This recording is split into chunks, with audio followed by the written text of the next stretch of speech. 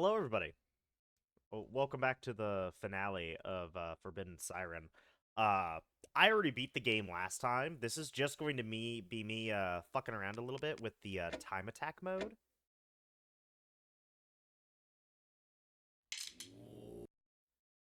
as well as just gushing over how good this game is.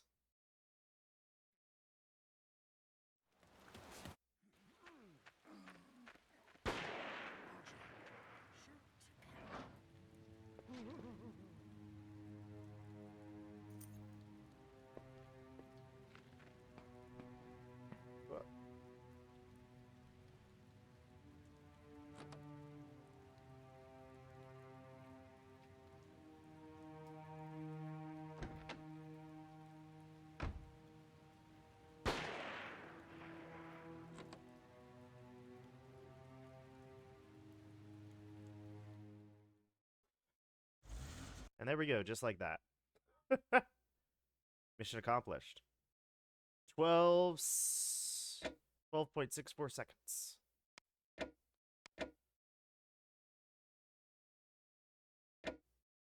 I also Project Siren.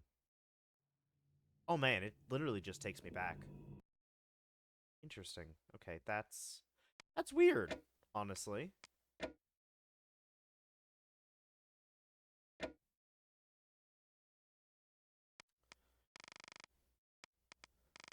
Okay, it's a very interesting.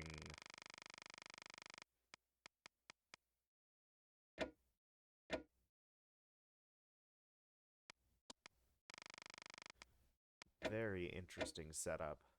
Time attack. And then it just kicks you out afterwards. That's really, really weird. Weird. Okay, so time attack isn't much. So let's just go from top to bottom real quick. The earliest point in the timeline, you got the alien god getting consumed by villagers. Assumedly, one of those is Hisako. And then jumped all the way to 1976. Tamon, in one of the incidences, only one of them,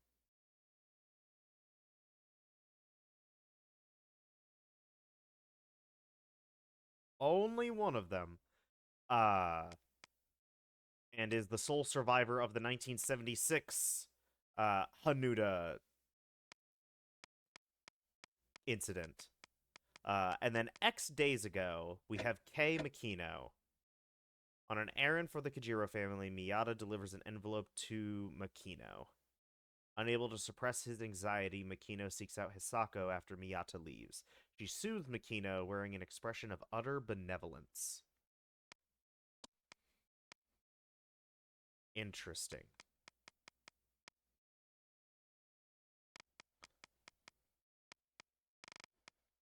This goes to here, which can either lead to Risa over here, or all the way down to Risa down here. They all lead to Risa, though, because it's a Shiro. Okay. So then that happens. And then yesterday at 9 a.m., Kyoya stands beside his mountain bike, unable to do anything about the flat tire. Drawn towards the bank of a river by a peculiar sound, he meets Miyako Kajiro, a strange-looking girl accompanied by a dog. And then a decent amount of time happens, honestly. Does it say where this occurred? Still Upper Arato Monostone. Like, nothing happened for a really long time. Kyoya witnesses a ceremony taking place by the river, late at night. Thrown into turmoil at being spotted by the villagers, he instinctively flees. The confused Kyoya finds himself confronted by a policeman with a gun in his hand. And now we're on day 1 at midnight. Kyoya panics when the policeman shows no sign of getting up and goes to call for help. However, an uncanny siren-like sound stops him in his tracks. Kyoya is unaware that behind him, the supposedly inert policeman has taken up his gun again. And then nothing until 2 a.m. 2 a.m., a bunch of things happen. Uh, Regaining consciousness to discover his gunshot wound healed and the river stained red, Kyoya is overcome with indescribable fear. Hisako Yeo appears before the panic stricken Kyoya. At the time that this is happening, Mon regains consciousness and is shocked to see the red waters stretching before him. Sensing a menacing presence, he attempts to escape with Yuriko, who is clueless as to what is going on. And then, suppressing her own fears, Reiko tries to reassure the frightened Harumi. As they cling to the hope that the school principal will come to the rescue, footsteps can be heard approaching. All right. And then the next hour, we got Shiro in the valley. Also, this is happening at the banks of the Mana River. This is happening at the Yabe settlement.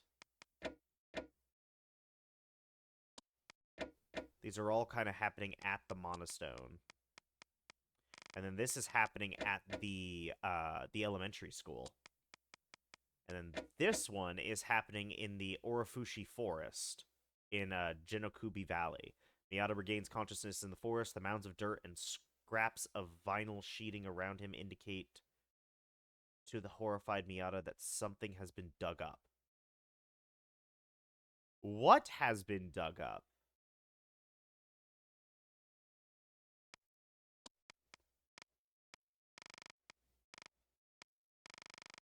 Is that ever shown? I don't think that's ever shown.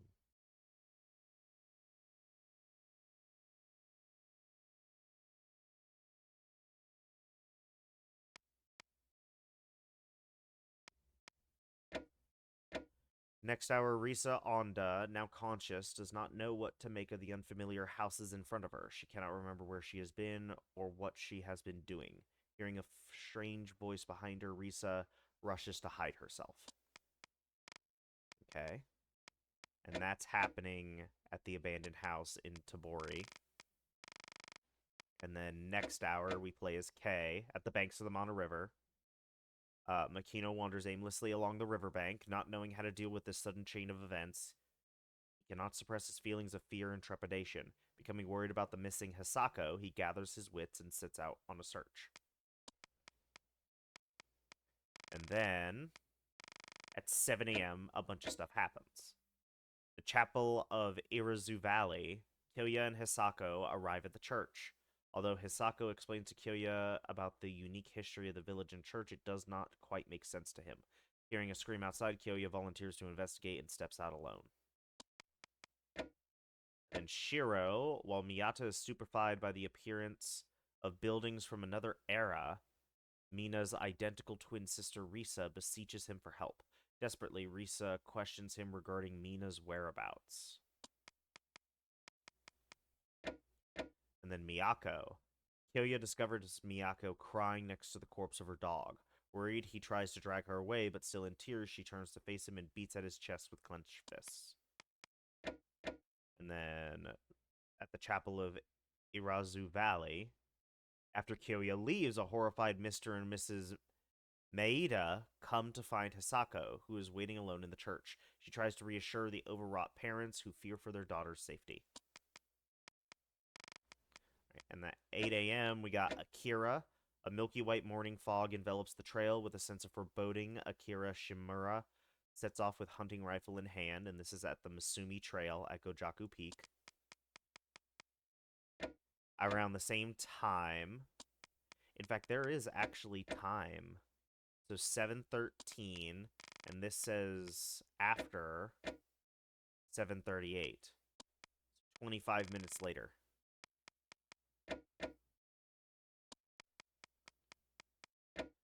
They have everything down to the minute. Also, around the time that Kyoya and Miyako meet for the first time is around the time that Hisako has a meetup with Mr. and Mrs. Maeda. Interesting. And then Akira. And then Kyoya at the Cutfell Way. As Kyoya struggles to accept the realization that Miyako is blind, Her brother, June, comes to take her away. While June is distracted, Miyako begs Kyoya to attempt to escape from the village with her. Nothing. Okay, and then Risa at 10 a.m. at the Miyata clinic. Miyata is torn with emotion as he sets foot in the hospital that was supposed to have disappeared. Risa discovers figures lurking in the fog outside the window. For an instant, she catches a glimpse of her sister Mina, but the figure disappears into the mist.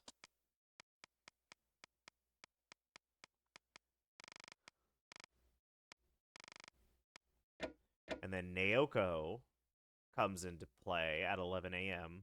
at the Jokobe Pass. Naoko Mihama is sitting alone on a mountain road, cursing her luck, when Akira Shimura appears holding a hunting rifle. She seeks help from the old man, but he peppers her with mysterious questions before walking off, leaving Naoko more confused than ever. And then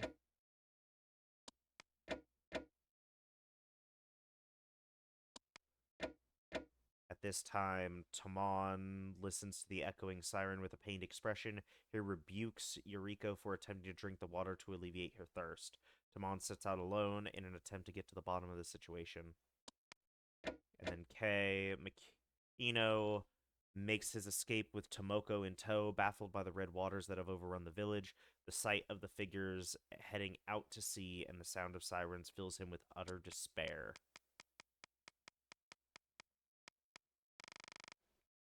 Okay, and then nothing happens at 1 p.m. Nothing happens at 2 p.m. Nothing happens at 3 p.m. But then at 4 p.m.,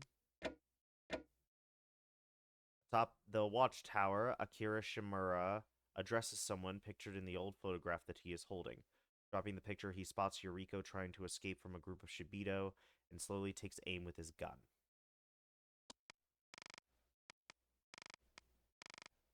This is when they get separated. And then Tomoko Maeda sits curled up inside the dark shrine, hugging her knees to her chest. Gunshots echo in the distance. Tomoko suppresses her sobs as she trembles in fear. And then Yuriko and Shimura witness Shibito conducting the Umegiri ceremony.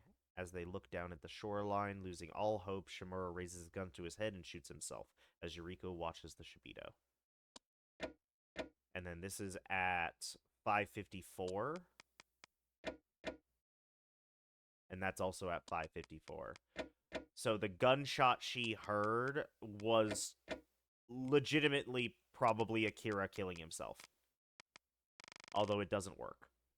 Kyoya at 6 p.m. Kyoya and Miyako hide inside an abandoned house, utterly worn out. Though wary of Miyako's puzzling behavior and utterances, fatigue causes Kyoya to fall into a deep sleep. Sensing something untoward, Miyako opens her eyes. That was the end of that loop. And then at 7 p.m., Shiro at the Miyata clinic. Miyata seems slightly taken aback by Makino's sudden visit. Makino addresses Miyata awkwardly. Risa studies their identical countenances. And then Naoko goes to Jacoby Pass. As Naoko walks through the mountain alone in the dark, she finds herself crossing the same path again and again and panics. Hysterically calling for help, she stumbles across an old iron fence. And then, let's see, we're now at 8 o'clock.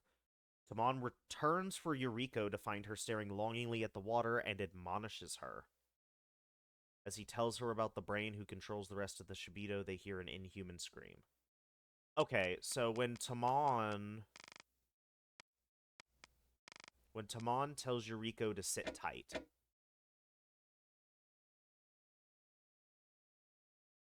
Tamon sits out alone in an attempt to get the bottom of the situation.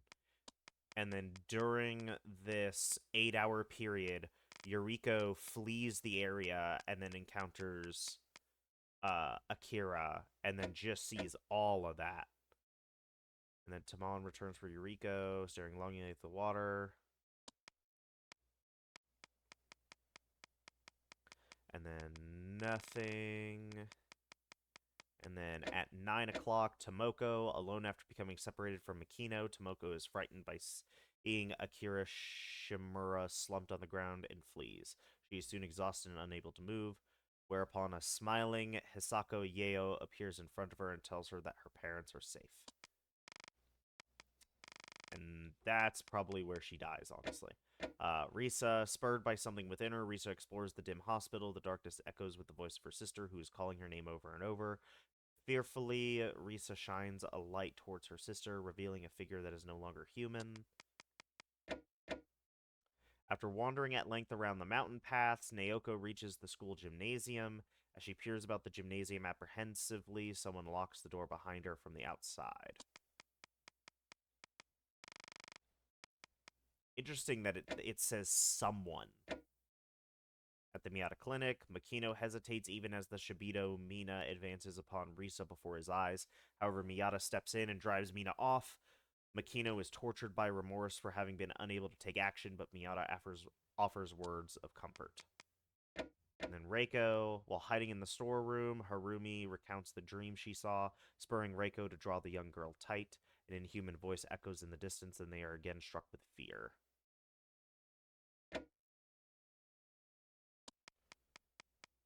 And then Ayako. The Kajiro sisters confront each other in the corner of an abandoned house, heedless to the deep-rooted resentment voiced by Ayako. Miyako expresses contempt for her sister. Fearful of the sirens, Ayako attempts to run, disappearing into the dark of the night. Interesting. And then Shiro, on day 2, Risa, whose consciousness is now in sync with Mina's, appears before Miyata wearing a nurse's uniform. Although aware that it is Risa smiling at him, Miyata places his hands around her neck, repeating the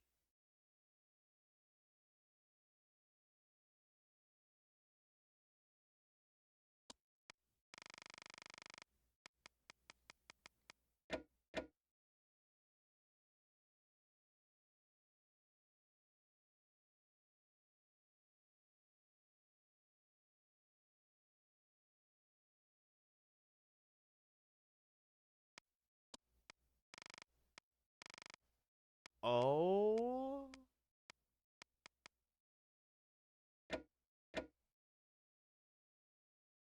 Although aware that it is Risa smiling at him, Miyata places his hands around her neck, repeating the actions of the past.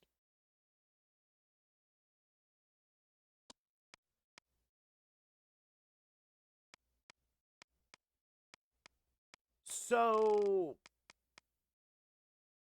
Shiro's fucking insane.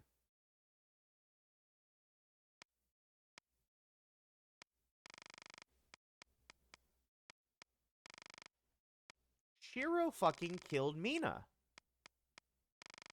Before any of this shit happened, Shiro killed fucking Mina.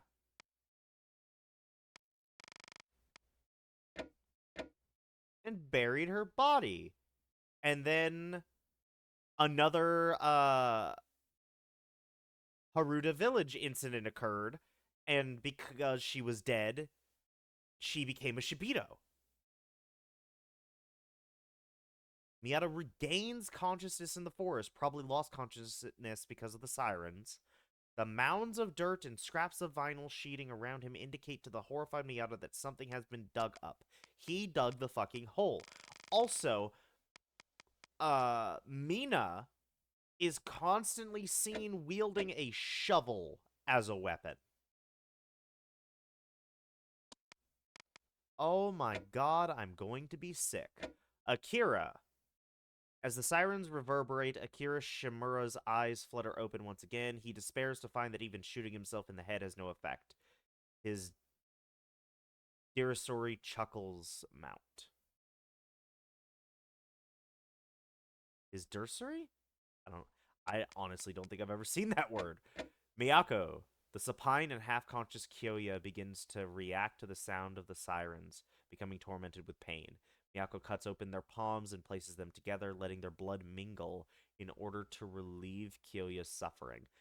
This is probably what Hisako is talking about when she mentions Kyoya taking the fruit of life.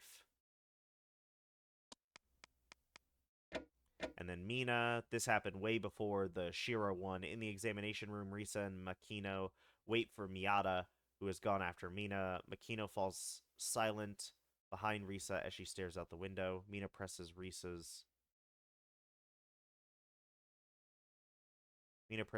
trembling face to hers, and their minds are joined. And then at 1 a.m., the exhausted Kyoya and Miyako are sleeping deeply inside the abandoned house. Suddenly, they are awakened by a threatening noise. They are soon on edge as they realize that someone or something appears to be in the house with them. And nothing at 2. And then Naoko, her near collapse and throat parched dry, Naoko has wandered her way to a spring bubbling with bright red water.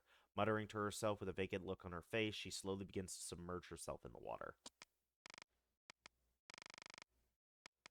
And then K, still disoriented but now conscious, Makino makes his way down to the laboratory in the basement. He is horrified at the sight of Miyata's experiments.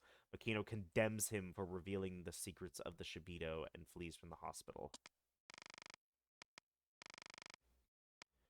6. We got Tomoko. Once again, Tomoko finds herself all alone. Strange flying beings flit around her, while the heavens glow with a beautiful aura and a pillar of light sweeps towards the heavens.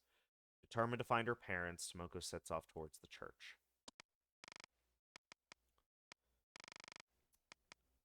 K. An enormous pillar of light stretches towards the sky, rising out of an ocean that is not supposed to exist. As the pillar glows more brightly, the sky fills with ominous dark clouds. Makino stares at the pillar, trembling. And then Tomoko finally makes her way to the church and finds her parents there. She pounds on the window frantically, shouting to attract their attention. Her parents become aware that she is calling to them, but what is it that they see? Hisako mutters as though she is having a conversation with some invisible being. Suddenly the rain stops and a pillar of light rises up from the surface of the sea. Hisako faces her other self floating at the base of the pillar.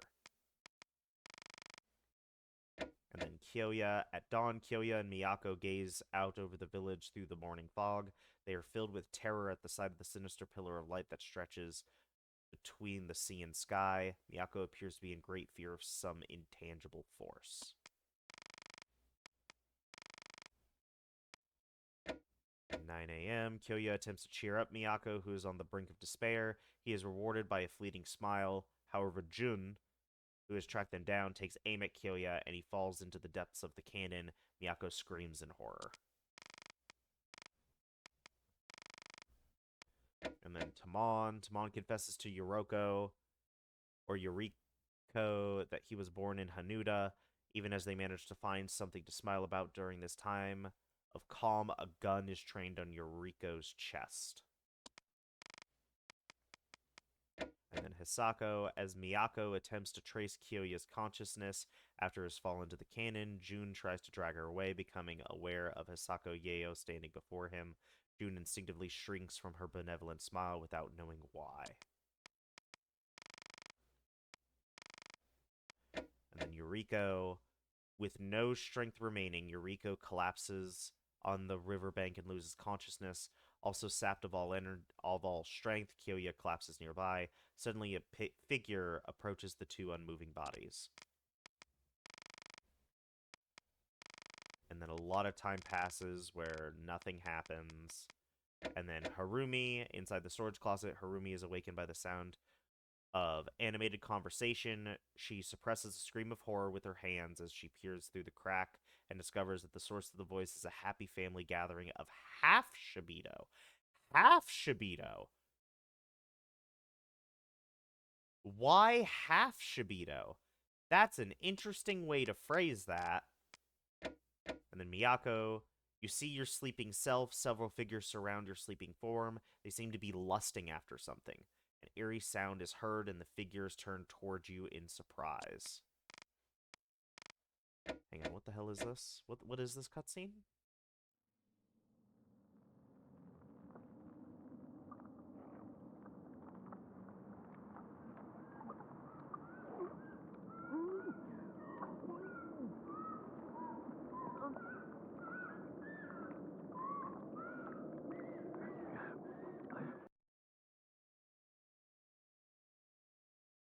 Okay.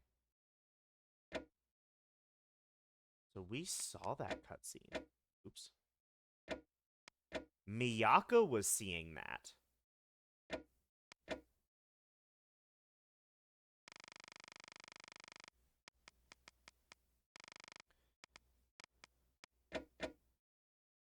You see your sleeping self. Several figures surround your sleeping form. They seem to be lusting after something.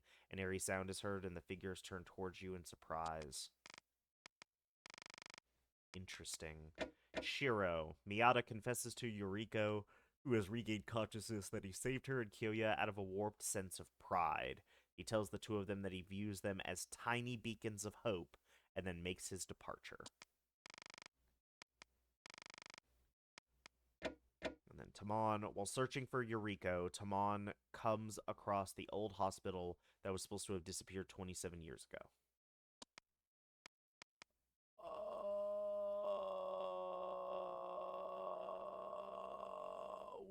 Wait a fucking minute. Miyata Clinic was supposed to have disappeared 27 years ago? As in 1976?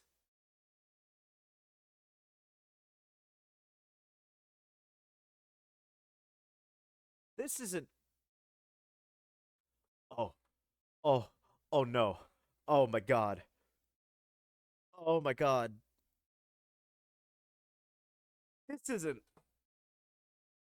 This isn't the same incident happening over and over again across many years. This is just the same incident.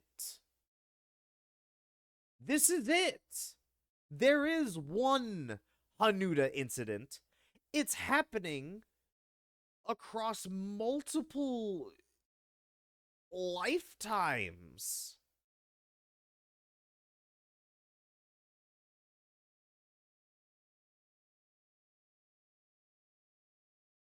Kyoya is always the man with the sword and guns.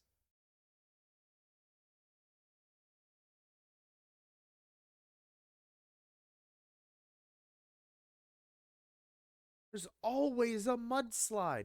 It's the same incident. It's the same one. Oh my god.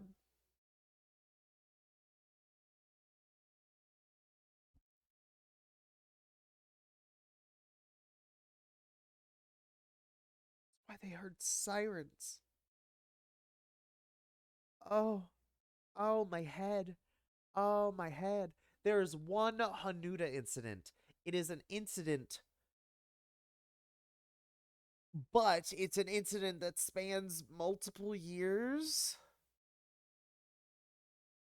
It's like a time paradox.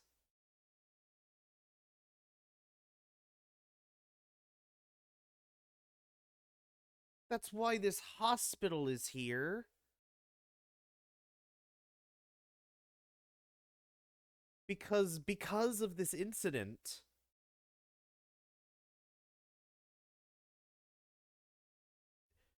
So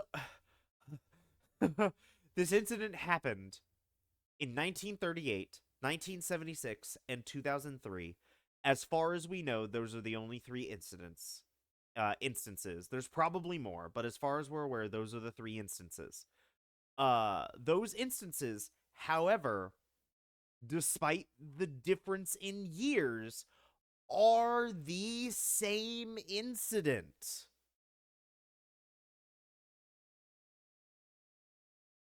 Is that is oh my brain. Oh my god. I wasn't expecting two separate revelations to occur while reading the outlines of everything. Oh, oh, Hisako wishes Miyako well as she lies sleeping. Placing lilies by Miyako's side, Hisako explains to her that she has been waiting for this special day for a very long time.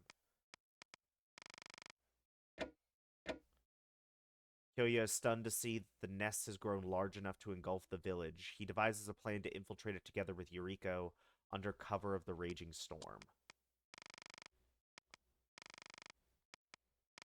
And then nothing happens, and then day 3.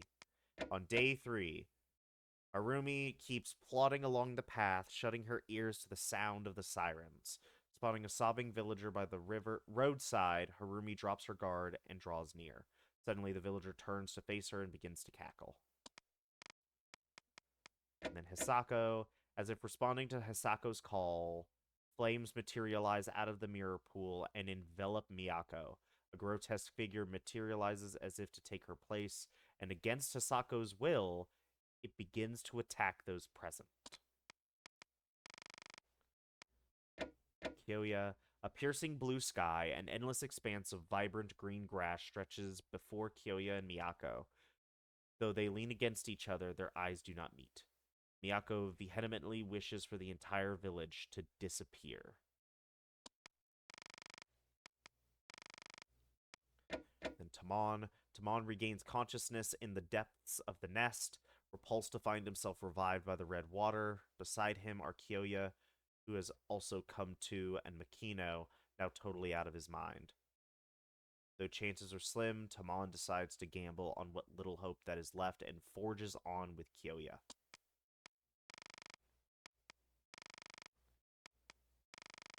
And then nothing happens for a bit, and then Makino and Miyata face each other inside the nest. The pair reveal their convoluted feelings of love and hate for one another. Stating that he has served his purpose, Miyata points a gun to his head and pulls the trigger. As far as we see, but Shiro does not die, Kei dies. Kyoya becomes hopelessly lost within the labyrinth and sits himself down, not knowing what else to do, yet he finds himself face to face with Makino, who seems almost like a different person, putting him on guard. After bestowing the Urien on Kyoya, Makino departs, claiming to have another job to do. That ain't fucking Makino! And then here is quote-unquote Makino. Makino appears resolute, deaf to the sound of the sirens as he makes his way to the abandoned village with a gun grasped firmly in his hand. And there's nothing else until, once again, Shiro. Makino becomes extremely apprehensive as the sun begins to set. He takes the Uran out of his breast pocket and holds it tight. And then a bunch of stuff happens at 6 p.m. Kyoya, a smiling Hisako, and an intimidated Kyoya face off against the echoing siren. Noticing the object in Kyoya's hand, Hisako moves as if to take it, but suddenly a torrent of muddy water sends them flying. Tamon despairs to find that Yuriko... Tamon despairs to find that the Yuriko he has been reunited with now smiles at him with an inhuman expression on her face. There appears no way out as the alien god bears down upon him, but suddenly a torrent of muddy water cascades forth, sweeping away everything in its path. At the bottom of the drained reservoir are writhing human figures, those who rejected becoming a Shibito and suffer on still alive in the depths of the water. Makino empathizes with their tragedy and suffering. Yuriko trudges through the interior of the nest as sirens rend the air. She spots Tamon in the distance and runs towards him in joy. And then Kei, using his own life force as fuel, Makino invokes the Urien's flame in order to guide others. Through his waning consciousness, he sees Risa and Mina calling to him joyfully and manages to smile for the last time.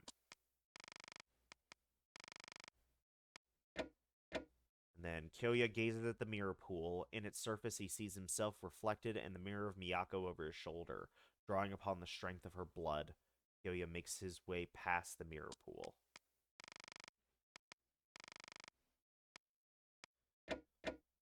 Inside the half-destroyed nest, Tamon struggles to maintain his sense of self as he experiences the effects of mutation. A faint yell pierces Tamon's hazy consciousness, and he makes his way blindly towards it.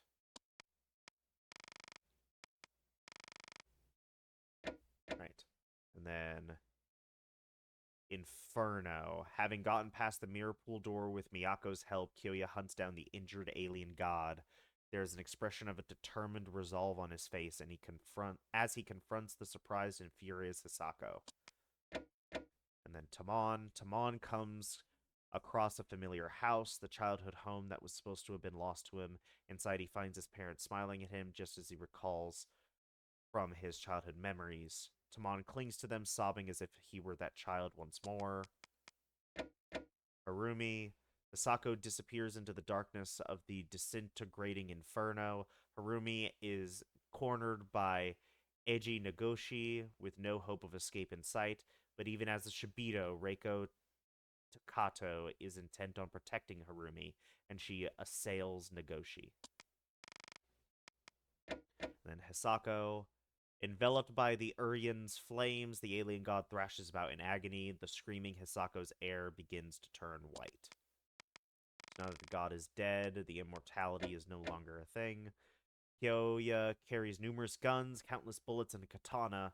Snatches of a melody ripped from the headphones Kyoya is wearing. Kyoya walks through the village of Shibito, holding the Urian high above his head.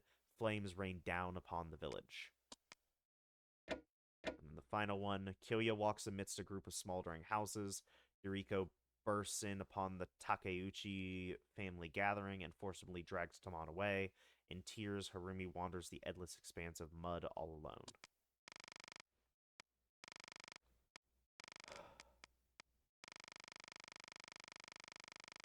So, alien god gets consumed. One of the people that consumed that said alien god is Hisako, who is, by all intents and purposes, the main villain of this story, since Hisako orchestrates everything. Around this time, well, not around this time, hang on. Tamon, there was a mudslide in 1976. It killed 33 people. Killed 33 people. And Tamon was seemingly like the only survivor of like that village area. Kei and Hisako seem to know each other in some form, probably the same church, same customs. Makino is a priest of some sort. And then here comes the main hero. Kyoya just happens to stumble across this place. This happened because he was mountain biking? Yeah, he was mountain biking, got a flat tire, and then just happened across this. Which is nuts. A drunk police officer tries to kill him. And then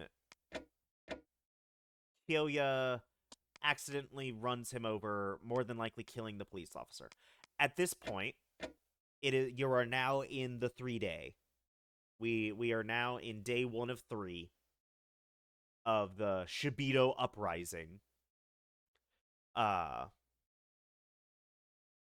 then the sirens start playing, and then the police officer, now a Shibito, gets up and shoots Kyoya. And he falls into the river, which the mana river is now red.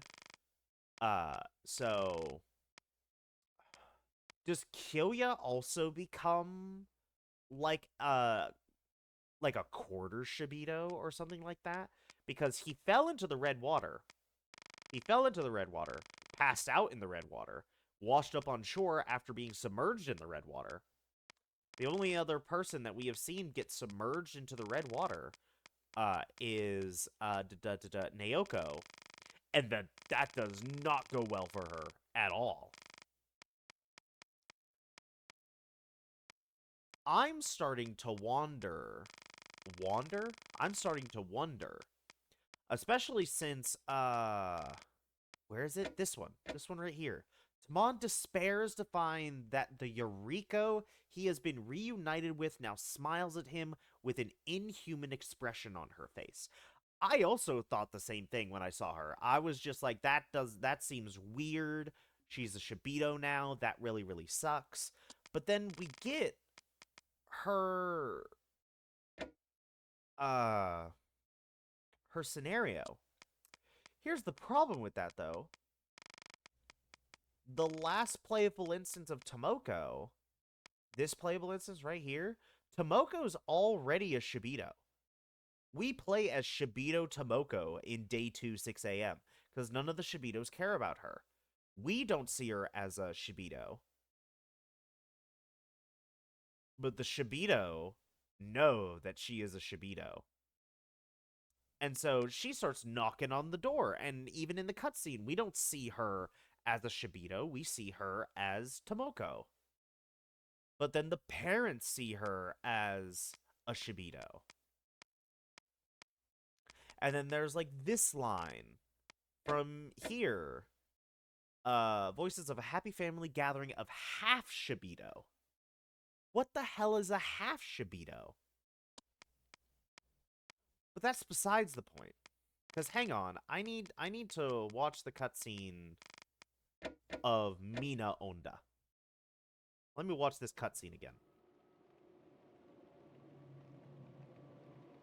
Where is Dr. Mieta? He should be here by now. Don't worry, he's often late. Maybe he... Mina?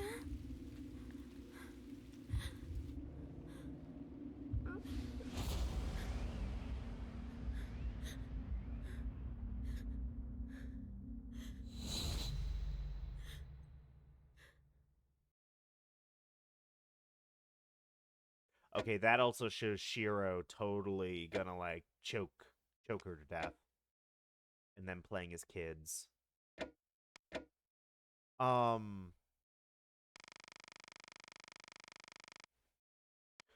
Do the Shibitos see themselves as Shibito?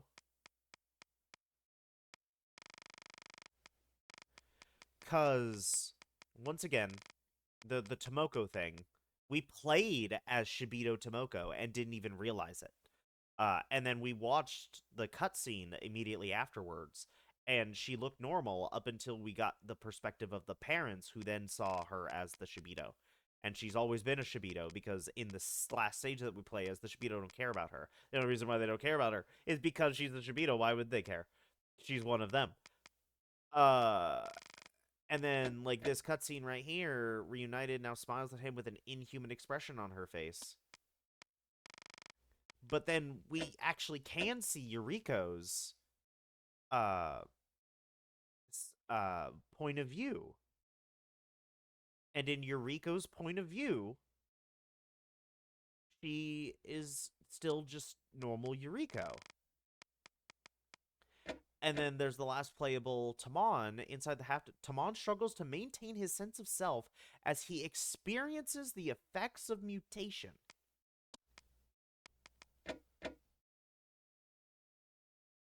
And then Yuriko bursts in upon the Takeuchi family gathering and forcibly drags Tamon away. I think at this point, Tamon and Yuriko are both Shibito.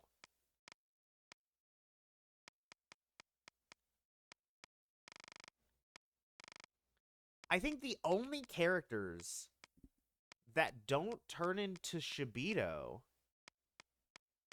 or die in some way, Dadatsushi is the alien god, so of course he doesn't become a Shibito. Mina becomes a Shibito, like fucking point blank. Hisako doesn't become a Shibito because Hisako is directly tied to Dadatsuchi. So Hisako is like the leader of the Shibitos, but she is not a Shibito herself. Yuriko becomes a Shibito, obsessed with wanting to be with Tamon. Ayako's fucking dead. Miyako, well, more specifically, Ayako's fucking dead because the alien god got resurrected and immediately started tearing shit up, and Ayako was just in the way. And even Hisako was just like, yeah, you know, whatever Danatsuchi wants. Whatever he wants.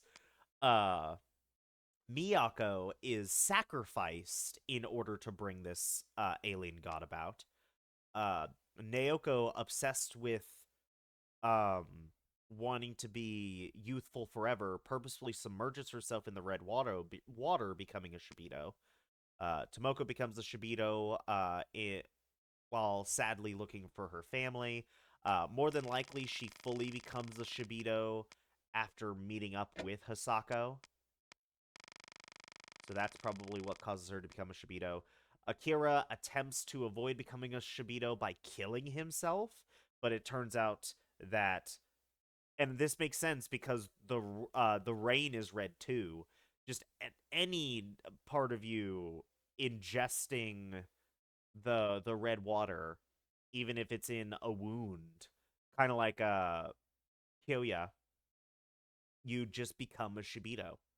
Reiko becomes a Shibito, but because Shibitos Shibitos, despite being like zombies in a way, still take after the person that they once were. And Reiko, loving Harumi like a mother loves her child, protects Harumi from what is his name? Eiji, the school principal. Harumi never has a bullet wound of any kind, so none of the red water rain can get into her system via that way, because she is never hurt in any capacity. And she does not submerge herself into the water at any point, which means she never has the possibility of ingesting it or intaking it in any form. Harumi survives. She is the only one who truly survives. Risa gets mind melded by her twin Mina and becomes a Shibito alongside her. Shiro is a fucking sociopath who kills Mina, tries to bury her body in the middle of a mountain range. This shit immediately starts going down, and Mina resurrects, probably because the red rainwater sinks into the mud and thus gets into her dead body. Her still probably slightly warm dead body, because this probably only happened recently. And she gets back up and smacks the shit out of him. And now Mina has a shovel the whole time. Uh, Shiro's a piece of shit. Shiro is a sociopath, seemingly obsessed with the possibility of like eternal life, because of this incident. But then as everything slowly progresses and as everything slowly devolves into the absolute worst case scenario, Shiro seems to realize uh just how dire things are. And then in an attempt at redemption, he kills his twin brother, Makino, dons his outfit as a disguise because they both look the same because they're twins. Dons his outfit as a disguise so that everyone thinks he's K now. And then all these items that he's been collecting, the Uryens, the steak, uh just a lot of shit that Shiro has been collecting specifically, and he starts giving them to the key players. Well, I should say the key player, because Shiro is going to do his own thing. He is going to, find his redemption in all of this. And he gives Kyoya, the only person who isn't losing his mind despite ingesting or intaking the red water. He gives him the other Urien. He gives him the shield Urien, if I remember correctly, and Shiro still has the sword. And then doing what he thinks is right, sacrifices his life to activate it so that all of the dead people slowly rising again from the red water are purified and can actually truly die, in which case that includes him as well. Uh, and he also realizes that the secret of everlasting life that he was searching for also means everlasting pain. Everlasting life and everlasting pain are the same thing. Kay is seemingly like some kind of lapdog for Hisako, being a priest of the church that specifically worships the alien god that Hisako cares for in some capacity. However, he is also not fully aware of just how horrific this alien god is, nor the actual rituals that would be necessary in order to resurrect him. Uh, and thus slowly starts losing his mind and his faith until inevitably it comes to a head when he meets his twin brother and his twin ends up killing him. His twin, however, burns his body so that way he does not become a Shibito. Tamon potentially becomes a Shibito too. If not a Shibito, a half Shibito like Tomoka or Tomoda. No, sorry, it is Tomoko. A half Shibito like Tomoko, alongside Yuriko. And then Kyoya. Once again, Kyoya is just a teenage boy who happened to be mountain biking, gets a flat tire, and ends up in this situation. He ends up getting shot by a police officer right when this 3-day Hanuta incident begins, and falls into the Mana River, thus intaking the red water. Thus meaning that Kyoya is doomed to become a Shibito. However, Kyoya comes across Miyako. Miyako being someone who is vital to the resurrection of the alien god, and thus is special in some capacity. Specifically her blood, it seems. Because on... Hang on, no. I'm on the wrong day now. I need to go to Miyako. Yeah, because basically right on day 2, half-conscious Kyoya begins to react to the sound of Siren, becoming tormented with pain. This is probably, the Siren playing, is probably the alien god in some capacity trying to make the people that have been ingested with, who have intaken the red water, likely in some form, the alien god's blood, and is trying to basically turn Kyoya into a Shibito. However, Miyako cuts open their palms and places them together, letting their blood mingle in order to relieve Kyoya's suffering. This act prevents Kyoya from becoming a Shibito, thus making him the only person who can truly defeat the alien god. Which is probably why at 3 o'clock, midnight, 3 o'clock, the grotesque figure, the alien god, he starts rampaging about, like flinging himself at everything. But then the cutscene ends with him just kind of staring at Kyoya. Because there's probably some ounce of him realizing that Kyoya is a problem.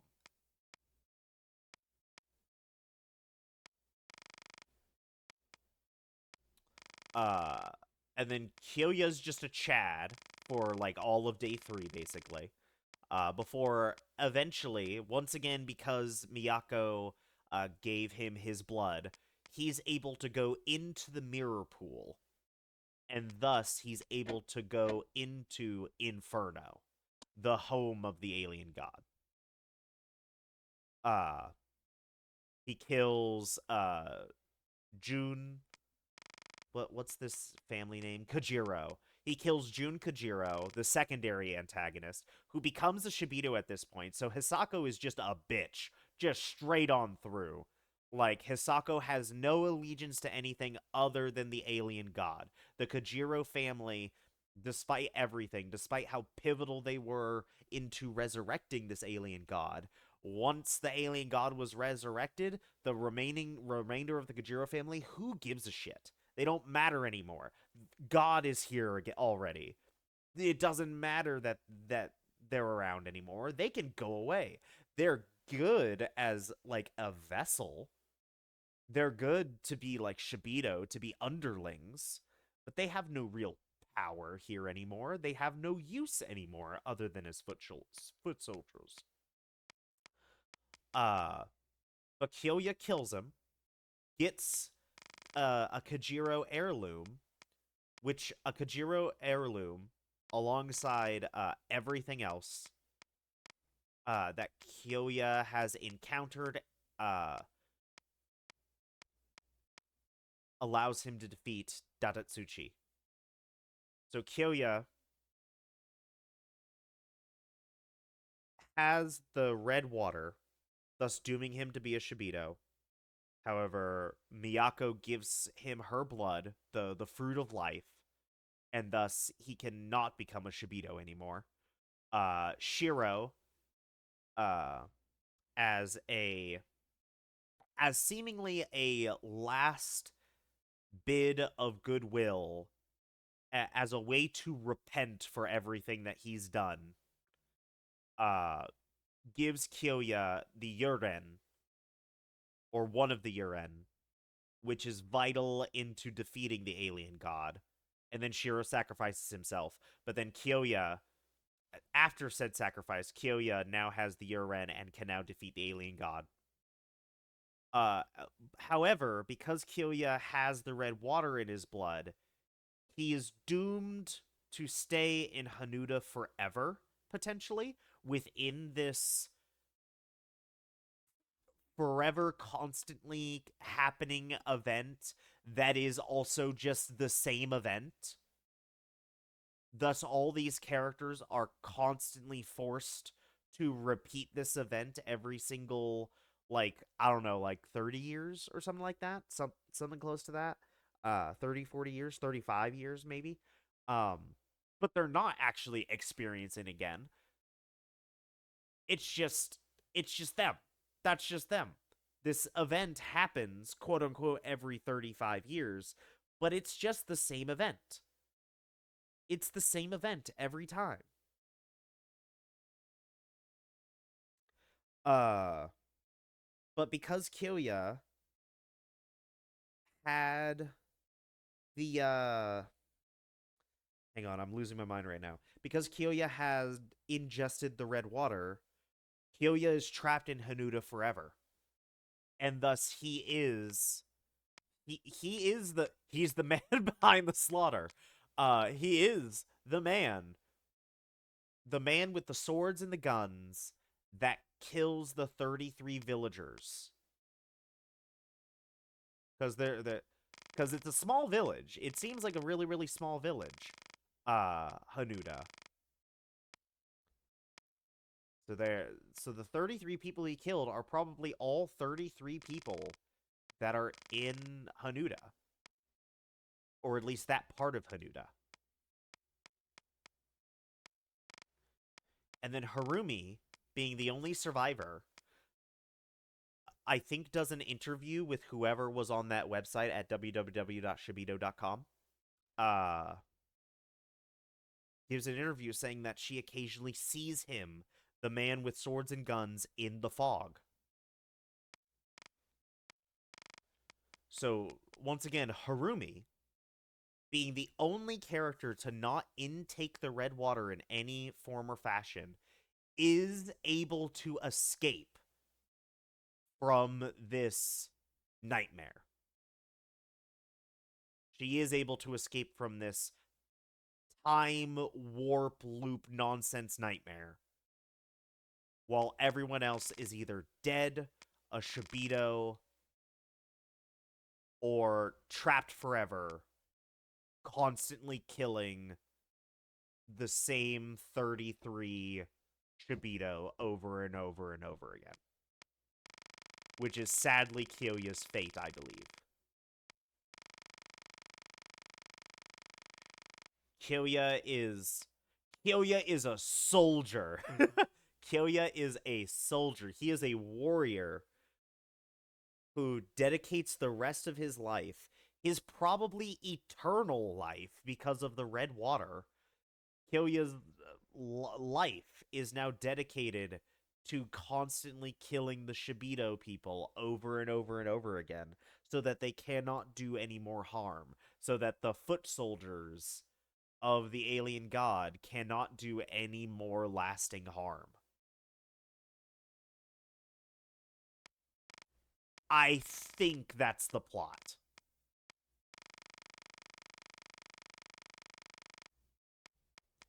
I inferred a lot of things here and there because it's not entirely spelled out to you, even by the end of the game, even with all the archives in hand. It's not entirely spelled out to you. But the general thought process, the general plot, from my understanding, is there is not multiple Hanuda instances. It is just the Hanuda instance that happens to be occurring both in 1938, 1976, and 2003 at the same time, despite the roughly 35-year difference between all of those events.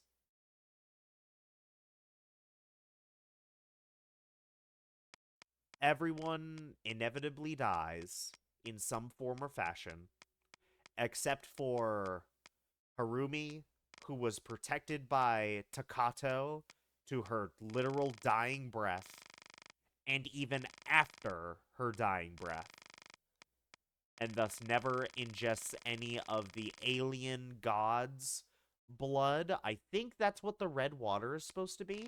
It might be the alien god's blood. And thus, because Harumi never ingests it or intakes it in any capacity, she is able to escape from Haruda or Hanuda permanently. Kyoya, on the other hand, did ingest the red water, the alien god's blood, but he also ingested or intaked Miyako Kajiro's blood, the Kajiro bloodline, and then also just had the Urien, which is a artifact made to either kill or at least seal Datatsuchi. And thus now Kyoya, despite being trapped in the village because he intaked the red water, is still fully conscious of himself and is just constantly fighting the same battle forever.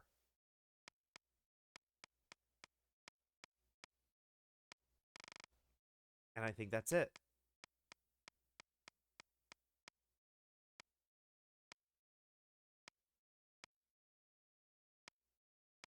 Yeah, I think that's it.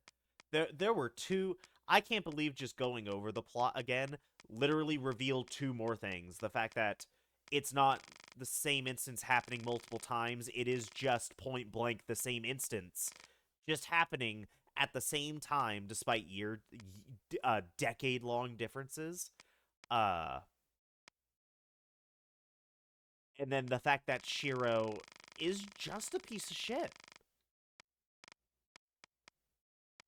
Shiro was a piece of shit before he went mad and tried to figure out the secret to eternal life. He's always been a piece of shit. He killed Mina. Mina was dead long before Risa started searching for her in the middle of this crisis, probably. That's crazy.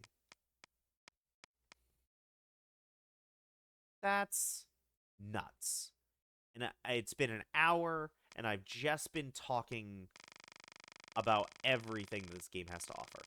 This game's phenomenal. This game is absolutely phenomenal. I love this game.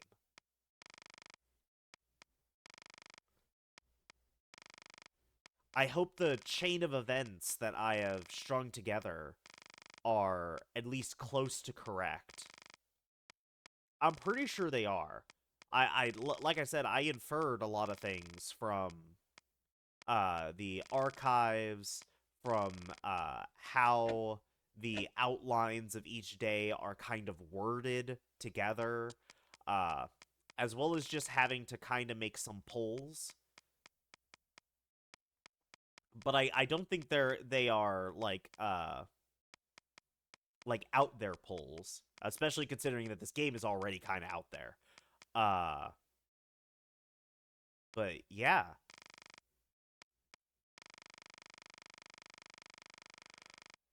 I'm just gonna watch this cutscene again.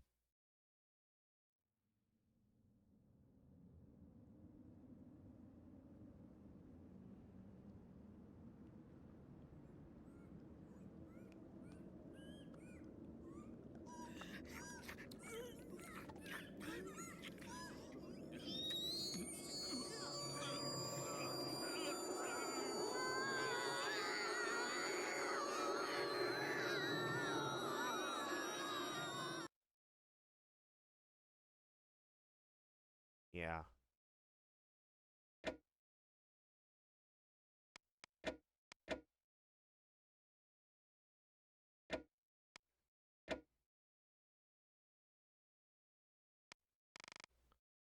Yeah, this game's fucking nuts.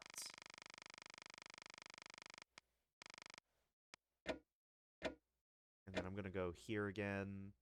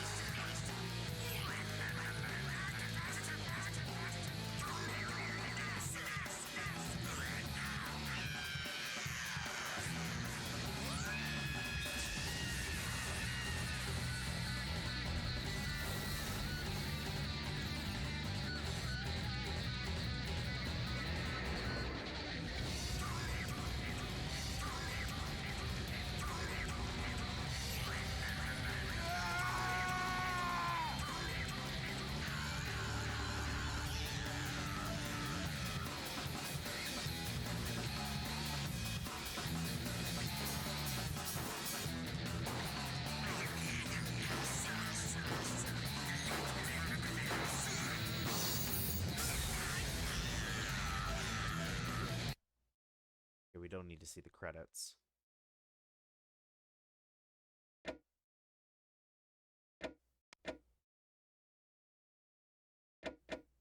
Oop.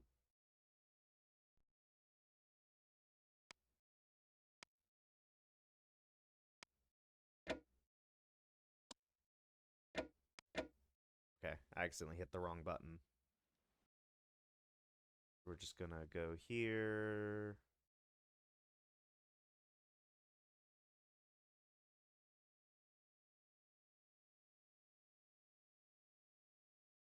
Objective 2 is find the nurse's shoe. That's because it's fucking Mina's shoe. Oh my god! Okay. Anyway, that doesn't matter. What matters is I want to view the last cutscene again.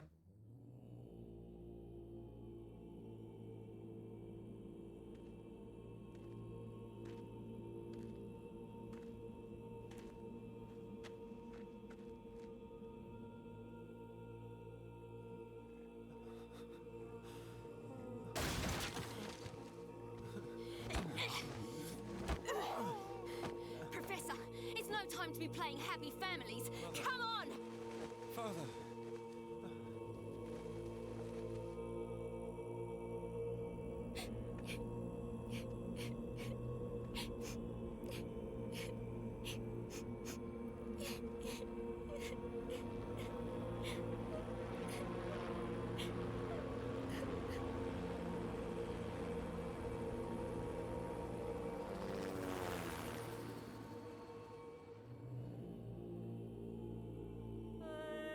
It's the exact same.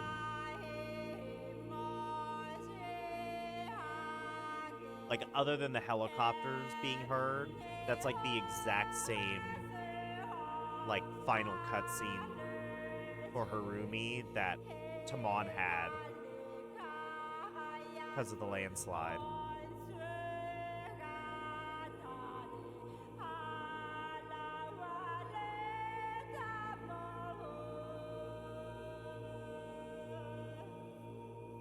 Oh.